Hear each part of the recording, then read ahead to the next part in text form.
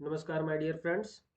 So we have already seen RS485 transceivers for half duplex modes. Now we will see in this session full duplex. Okay. So in this full duplex, we will be concentrating on two devices. One is ADM3063E and another one will be ADM3064A. So the difference only is ADM3064A is having VIO pin. Okay. And both of them are having 500 kbps speed. Okay, and they are capable of working from 3 volt to 5.5 volt, so they are quite suitable for 3.3 volt and 5 volt applications. According to IC 61000-4-2, that is the standard for ESD discharge, it is capable of 12 kilovolt. Okay, so 12 kV. All right, so let us proceed with the block diagram of this particular IC. So in this block diagram, if you can see, we have pin number RO, RE. So RO is your receiver outputs and RE bar is your receiver enable, right? Then D is your driver enable and DI is your data input. Data input. So data input will be coming from your UART, let's say UART TX pin, and the receiver output will be going to your UART RX pin. So RX pin will be acting as a receiver and RO will be giving that data to UART pin. Okay, so this is how you can connect to any other pins as well, like any other pin compatible to TTL or CMOS logics. So in that case you can connect it. Okay, let us say if you want to connect it to SPI communication also, so that is also possible, like Mizo line and Mozi line you can connect. Similar to that, we have 3064 series like ADM3064E device. So in that, if you see, we have VIO line additional. So that VIO line will be connected to, it is actually capable of 1.65 volt to 5.5 volt. So any of the logics, let's say standard logics are 1.8 volt logic or 3.3 volt logic or 5 volt logic for the general microcontrollers that we utilize. So those IO labels, we can connect this particular power signal. So we will be showing you how to connect the power supply for this VIO line. Okay, some of the applications that you see for this particular ICs or anyway any general RS485 transceivers, they are quite useful in industrial field buses. Basically there will be long lines and you have to control some of the like devices or machines. So for that RS485 is the preferred communication techniques, right? It is used in process controls also, building automations, even motor control servo drivers also. So in building automations, if you see, you have a lot of temperature devices in smart homes, and you have like video calling or audio calling at the doors. So all those things are controlled by RS485 data technology, right? And similar to that, other devices, let's say TV, fridges, washing machines, all these are now being very smart and they are being connected to the RS485 transceivers. Even motor controls, like if you want to like switch them off or switch them on, or like based on the encoder's input you want to control the speeds and all, so they are at farther distance. So for that purpose RS485 communication is utilized.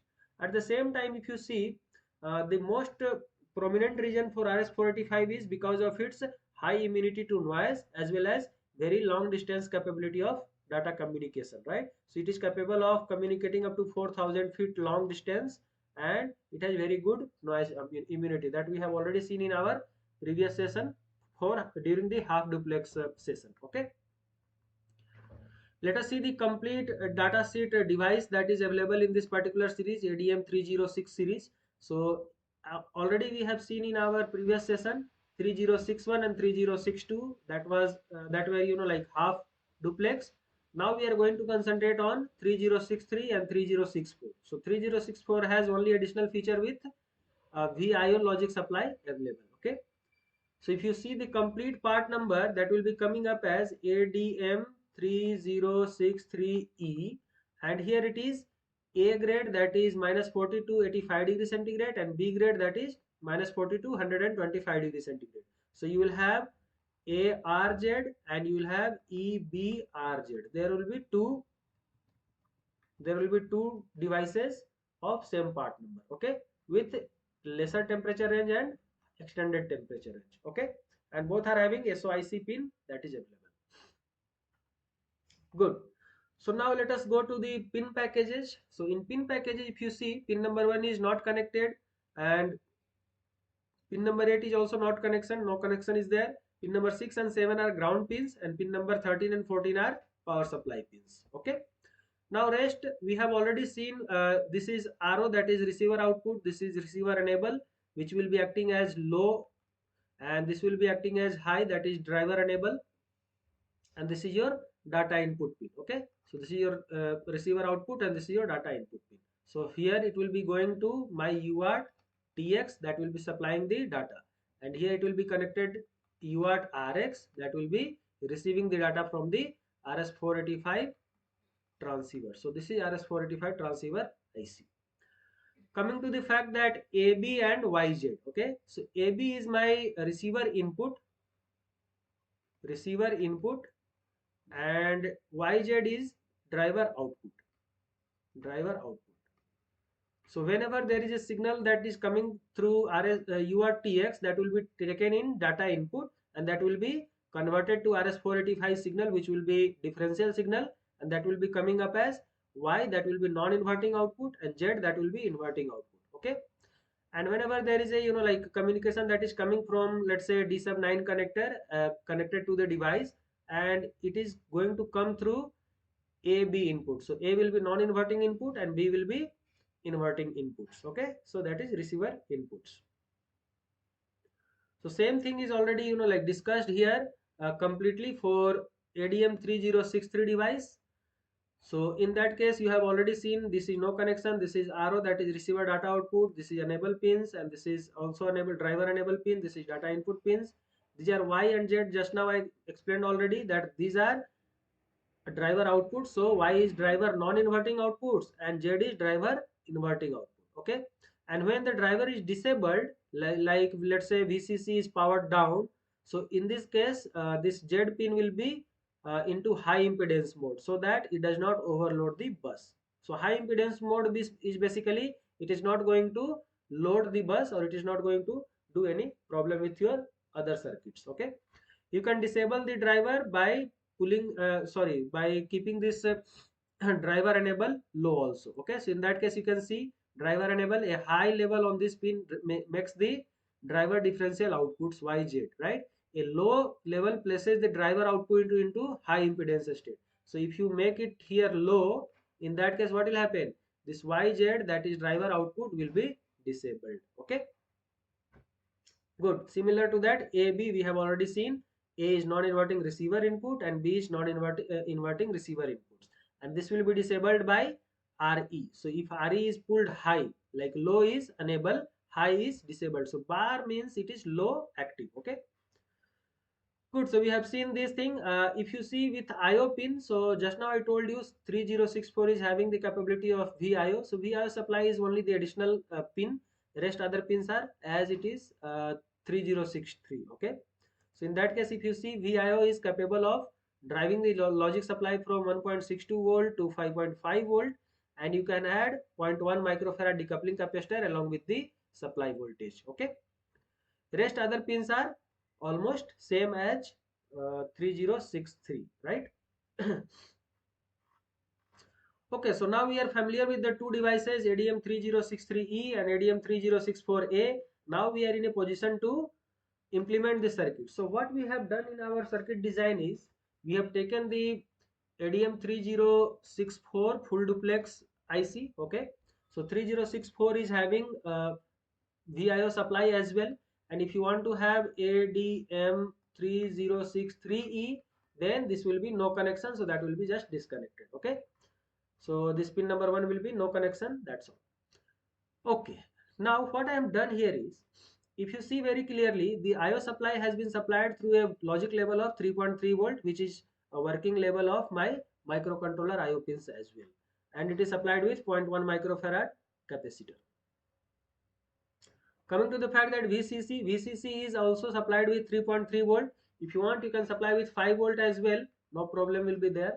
And the accompanying capacitors are 10 microfarad capacitors and 0.1 microfarad capacitors. 1 nanofarad capacitor is additionally put to have additional filter. If you want, you can put it not used. Okay, so these two capacitors will be enough. C31 and C30 will be enough for your application.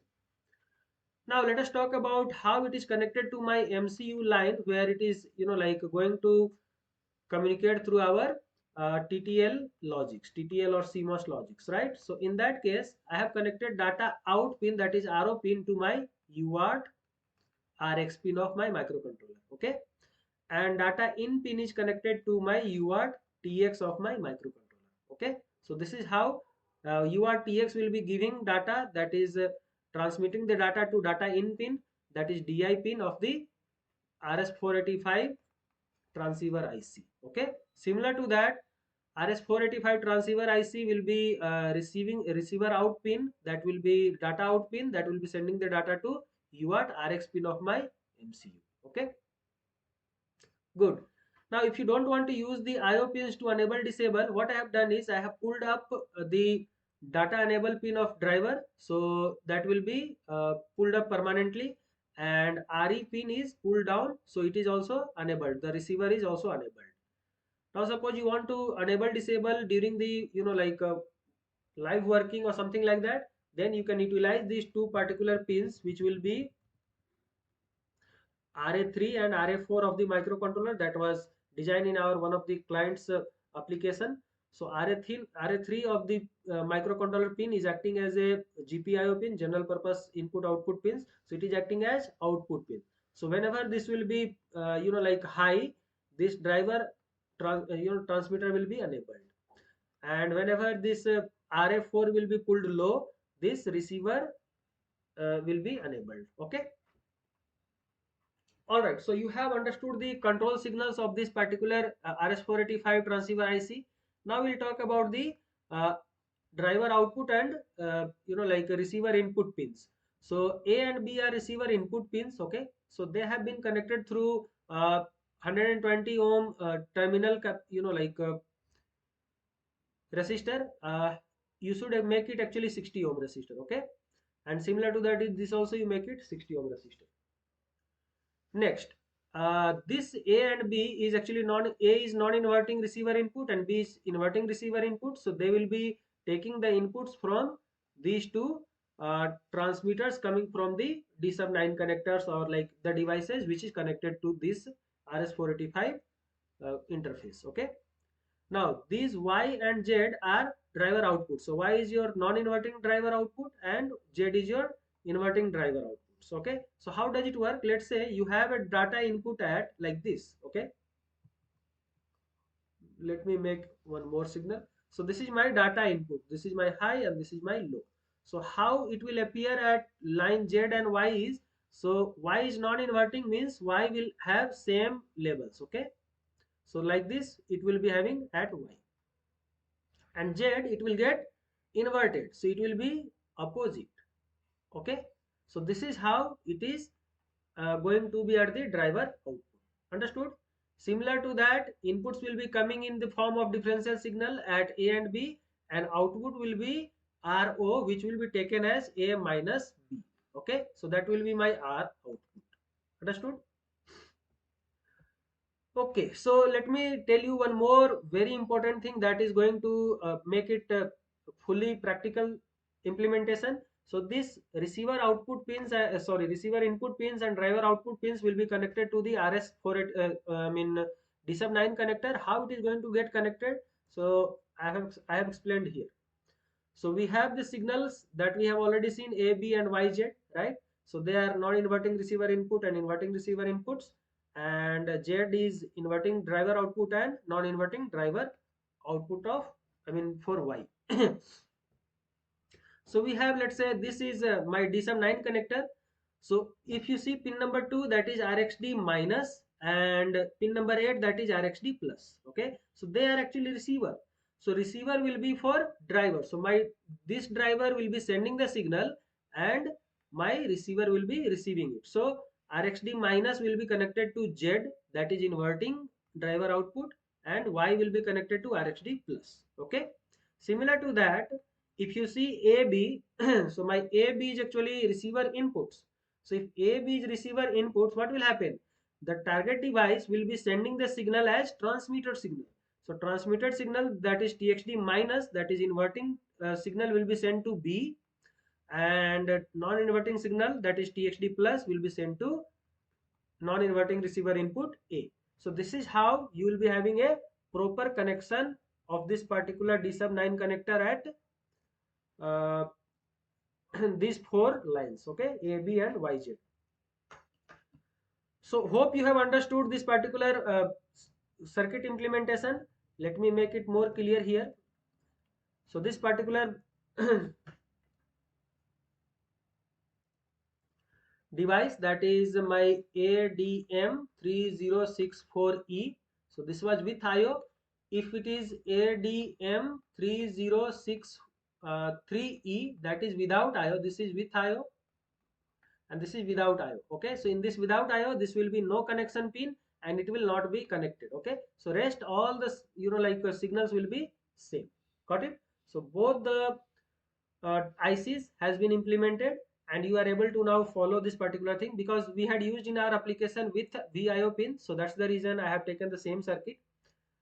So if you have any questions regarding the implementation of this particular full duplex RS485 transceiver IC, and if you have any questions regarding the applications, target applications, or how multi-nodes are connected, let's say I have connected here only one RS485 IC. You want to connect some five RS485 transceiver IC for your 5 different nodes, then how it will be, this particular IC only will be communicating to all the 5 nodes. So they will be separately taken as branch and they will be communicating, so that also you can learn. Okay, so if you do have any questions, please put down your comments in the comment box and we shall be able to answer you out. Thank you so much.